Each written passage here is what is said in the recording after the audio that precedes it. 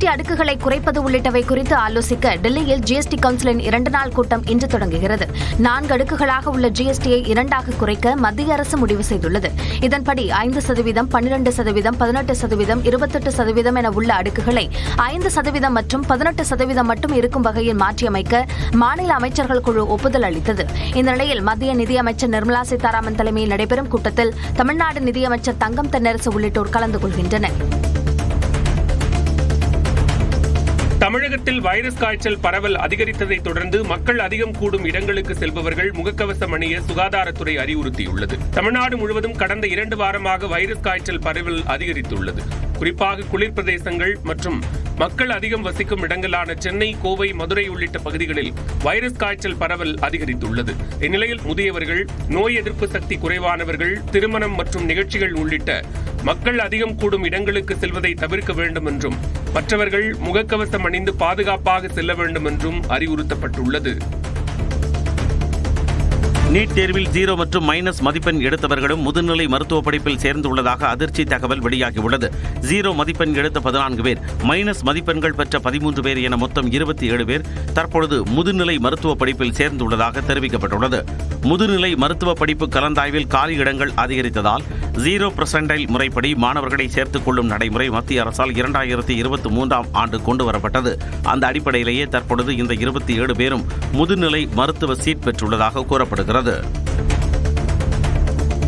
காலி இடங்களை நிரப்புதல் என்ற பெயரில் மைனஸ் மதிப்பெண் பெற்றவர்களுக்கும் கூட மருத்துவ படிப்புகளில் இடமளிக்கும் நடைமுறைக்கு கல்வியாளர்கள் பலர் கடும் எதிர்ப்பு தெரிவித்துள்ளனர். இது ஆபத்தான நடைமுறை எனவும் விமர்சித்துள்ளனர். அப்ளை பண்ணவங்க எல்லாம் குவாலிஃபைடு சொன்னாங்க. அதுக்கு எதுக்கு ஒரு எக்ஸாம், அதுக்கு எதுக்கு ஒரு எக்ஸாம் ஃபீஸ், அதுக்கு எதுக்கு ஒரு மாணவன் தேர்வுக்கு போய் செலவு செய்து பயணம் செய்து பண்ணோம். மார்க் அதாவது குவாலிஃபைடு டாக்டர்ஸ் வேணும் அப்படின்னா குவாலிஃபைடு மார்க்ஸ் வேண்டி இருக்கணும். அதுவும் எஸ்பெஷலி பிஜில ஸ்பெஷலைசேஷன்ல இப்போ அது மருத்துவத்துடைய குவாலிட்டியை குறைச்சிருக்காங்க. அப்போ இது ஒரு பெரிய பாதிப்பு ஏற்படுறதுக்கு வாய்ப்பு இருக்கு ஃபியூச்சர்ல.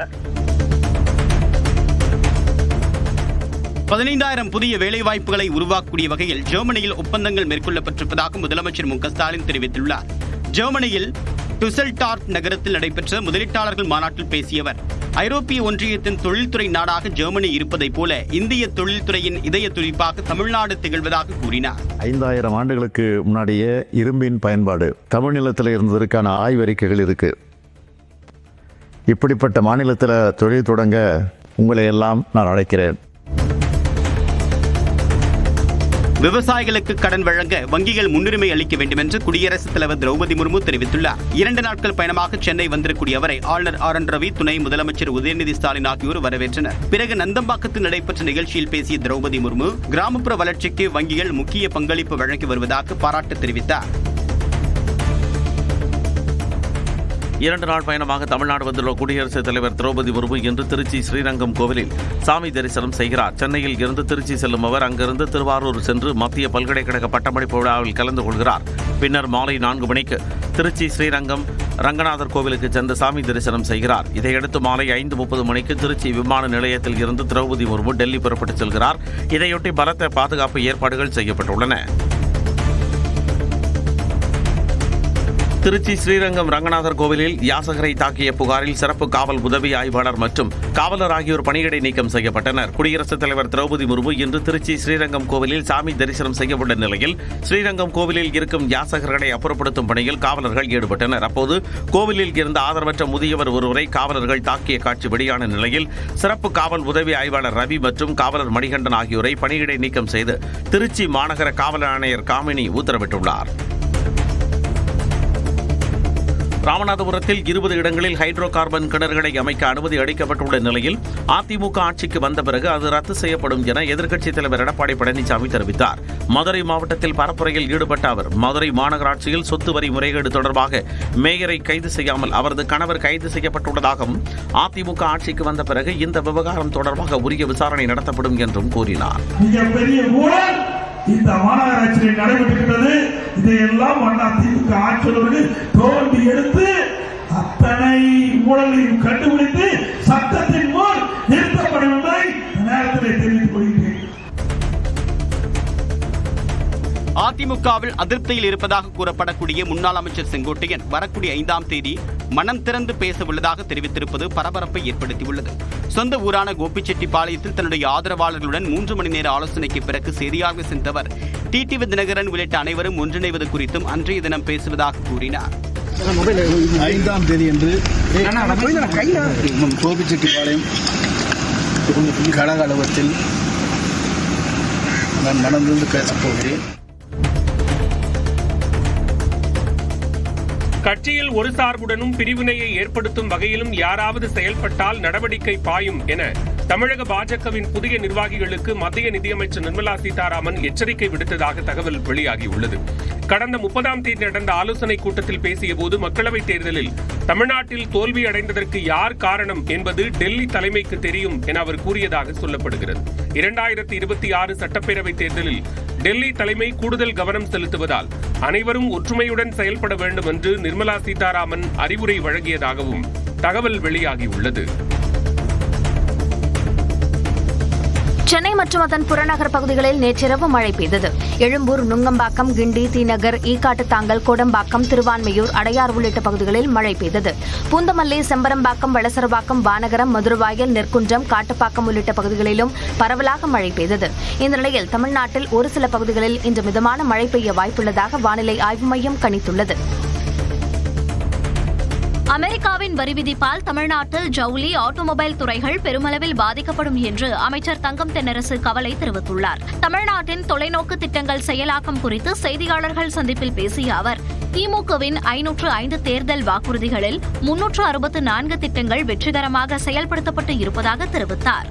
இதுல டெக்ஸ்டைல் நமக்கு ஜீவாதாரமாக இருக்கக்கூடியது. இன்னைக்கு கூட நீங்க பார்க்கலாம், பல இடங்கள்ல ஆக இது குறித்தும் நாங்கள் ஒன்றிய அரசிடத்திலே நாங்கள் முறையிட்டிருக்கிறோம்.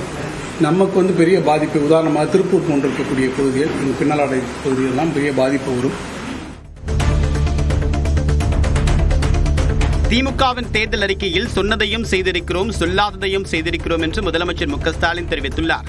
முதலமைச்சரின் காலை உணவு, நான் முதல்வன், புதுமை பெண், தமிழ் புதல்வன் உள்ளிட்ட முத்திரை திட்டங்கள் கடந்த தேர்தல் வாக்குறுதிகளில் குறிப்பிடப்படாதவை என்று தெரிவித்திருக்கிறார். முந்தைய ஆட்சியின் 10 ஆண்டு கால நிதி நிர்வாக சீர்கேடு, கொரோனா நெருக்கடி, மத்திய பாஜக அரசின் ஓர வஞ்சனை போன்ற தடைகளை கடந்து சொன்ன சொல்லை காப்பாற்றி இருப்பதாக முதலமைச்சர் மு.க.ஸ்டாலின் கூறியுள்ளார். தேர்தல் வாக்குறுதிகளை பெரும்பாலும் நிறைவேற்றிவிட்டதாக முதலமைச்சர் மு.க.ஸ்டாலின் பொய் சொல்வதாக எதிர்க்கட்சித் தலைவர் எடப்பாடி பழனிசாமி விமர்சித்துள்ளார். 525 அறிவிப்புகள் திராவிட முன்னேற்ற கழகத்தின் சார்பாக அறிவிச்சாங்க.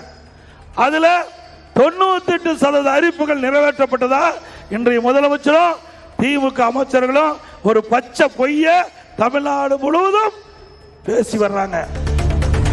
மாநகராட்சி ஒப்பந்த முறைகேடு வழக்கில் முன்னாள் அமைச்சர் SP வேலுமணி பெயர் மீண்டும் சேர்க்கப்பட்டுள்ளதாக உயர்நீதிமன்றத்தில் லஞ்ச ஒழிப்புத்துறை தெரிவித்துள்ளது. அதிமுக ஆட்சியில் சென்னை, கோவை மாநகராட்சிகளில் 98 கோடியே 25 லட்சம் ரூபாய் அளவுக்கு முறைகேடுகள் நடந்ததாக குற்றம் சாட்டப்பட்ட நிலையில் SP வேலுமணி மீதான வழக்கை சென்னை உயர்நீதிமன்றம் ரத்து செய்தது. இந்நிலையில் அறப்போர் இயக்கம் தாக்கல் செய்த வழக்கு விசாரணைக்கு வந்தபோது SP வேலுமணிக்கு எதிராக ஆதாரங்களை சேகரித்துள்ளதாகவும் வழக்கு தொடர சபாநாயகர் அனுமதி அளித்துள்ளதாகவும் லஞ்ச ஒழிப்புத்துறை பதிலளித்துள்ளது. தமிழ்நாட்டில் 10,000 ஆசிரியர் பணியிடங்கள் காலியாக உள்ளதாகவும் அவை விரைவில் நிரப்பப்படும் என்றும் பள்ளிக் கல்வித்துறை அமைச்சர் அன்பில் மகேஷ் கூறியுள்ளார். விருதுநகரில் செய்தியாளர்களிடம் பேசிய அவர், ஆசிரியர் தகுதி தேர்வு விவகாரத்தில் உச்சநீதிமன்ற தீர்ப்பின் விவரம் முழு அளவில் பெற்றபின் இதுகுறித்து ஆலோசிக்கப்படும் என்றும் ஆசிரியர்களை தமிழக அரசு எக்காரணத்தை கொண்டும் கைவிடாது என்றும் கூறினார். என்ன விதமான ஒரு நியாயத்தை மாண்புமை பொருந்திய நீதிமன்றம் நேற்று ஒரு தீர்ப்பு வழங்கியிருக்கின்றது. ஸோ அது சார்ந்த அடுத்த கட்டமாக என்ன செய்யலாம் என்பதை முடிவு செய்ததற்கு பிறகு எந்த ஒரு டீச்சரையும் விட்டுவிடாமல் அவர்களை அரவணைப்பதற்கு என்னென்ன செய்ய முடியுமோ அதை கண்டிப்பாக நாங்கள் செய்வோம். 2500 பட்டதாரி ஆசிரியர்களுக்கு உடனடியாக பணி நியமன ஆணைகளை வழங்கலாம் என்று தமிழ்நாடு அரசுக்கு உயர்நீதிமன்றம் அனுமதி வழங்கியுள்ளது. ஆசிரியர் அல்லாத பணியில் இருப்பவர்களுக்கு 2% இடத்தை வழங்காமல் பட்டதாரி ஆசிரியர்களை பணி நியமனம் செய்யக்கூடாது என்று தனி நீதிபதி உத்தரவிட்டிருந்தார். இதை எதிர்த்து தேர்வு செய்யப்பட்ட ஆசிரியர்கள் 2 நீதிபதிகள் அமர்வில் மேல்முறையீடு செய்த வழக்கில் தேர்வு செய்யப்பட்டவர்களுக்கான பணி ஆணை தயாராக இருப்பதாக அரசு தரப்பில் தெரிவிக்கப்பட்டது. இதையடுத்து 2500 பேருக்கும் உடனடியாக பணி ஆணைகளை வழங்கலாம் என்று நீதிபதிகள் உத்தரவிட்டனர். சுருக்குமடி வலை, அதிவேக குதிரை திறன் கொண்ட விசைப்படகுகளை தடை செய்ய வலியுறுத்தி மயிலாடுதுறை மாவட்டம் தரங்கம்பாடியில் 10க்கும் மேற்பட்ட மீனவ கிராம மக்கள் போராட்டத்தில் ஈடுபட்டனர். தடை செய்யப்பட்ட சுருக்குமடி வலை, அதிவேக குதிரை திறன் கொண்ட இன்ஜினை பூம்புகார், சந்திரபாடி மீனவர்கள் பயன்படுத்துவதால் கடலில் மீன்வளம் பாதிக்கப்படுவதாக புகார் எழுந்துள்ளது. இதனால் தரங்கம்பாடியில் 50க்கும் மேற்பட்ட விசைப்படகுகளில் கருப்பு கொடி கட்டி 200க்கும் மேற்பட்ட மீனவர்கள் போராட்டத்தில் ஈடுபட்டனர். அதிகாரிகள் யாரும் பேச்சுவார்த்தைக்கு வராததால் அவர்கள் சிதம்பரம் நாகை தேசிய நெடுஞ்சாலையில் அமர்ந்து மறியலில் ஈடுபட்டனர். கடலூர் மாவட்டம் அடரி கிராமத்தில் உங்களுடன் ஸ்டாலின் முகாமில் கோரிக்கை மனு அளிக்க வந்த மாற்றுத்திறனாளி பெண்ணிடம் அமைச்சர் கணேசன் காரில் இருந்து இறங்கிச் சென்று மனுவினை பெற்றார்.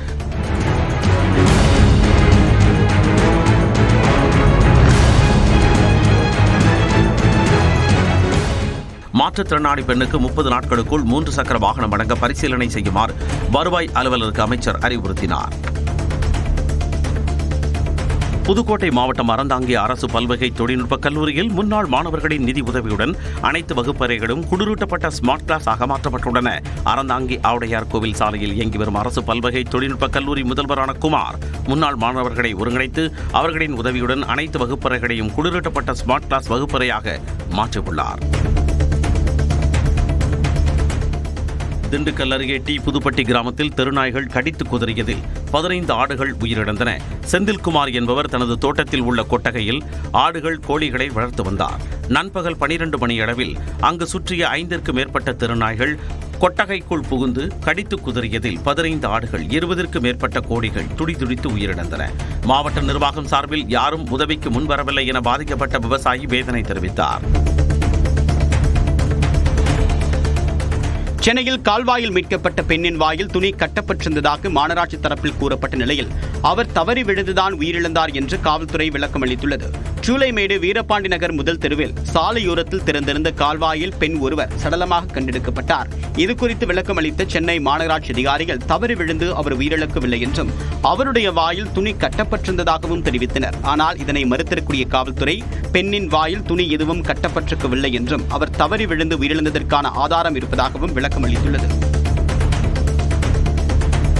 திருவண்ணாமலை மாவட்டம் ஆரணி அருகே சாலையில் நாய் குறுக்கே புகுந்ததால் பைக் விபத்துக்குள்ளானதில் 4 வயது குழந்தை படுகாயமடைந்து உயிரிழந்தது அதிர்ச்சியை ஏற்படுத்தியது. முள்ளிப்பட்டு கிராமத்தைச் சேர்ந்த கார்த்திக் தனது மகள் அனாமிகாவை பைக்கில் அழைத்துச் சென்றபோது ஆரணி அருகே சாலையின் நடுவே புகுந்த நாய் மீது பைக் மோதி கீழே விழுந்தனர். இந்நிலையில் தலையில் பலத்த காயமடைந்த குழந்தை அனாமிகா சிகிச்சை பலனின்றி மரணமடைந்தார். தென்காசியில் காசி விஸ்வநாதர் ஆலயத்தில் தெப்பத் திருவிழா கோலாகலமாக நடைபெற்றது. அலங்கரிக்கப்பட்ட தெப்பத்தேரில் சுவாமி, அம்பாள் எழுந்தருளி 11 சுற்றுகள் சுற்றி வந்து வெகு விமர்சையாக தெப்பத் திருவிழா நடைபெற்றது. பல பகுதிகளில் இருந்து வந்திருந்த ஏராளமான பக்தர்கள் சாமி தரிசனம் செய்தனர்.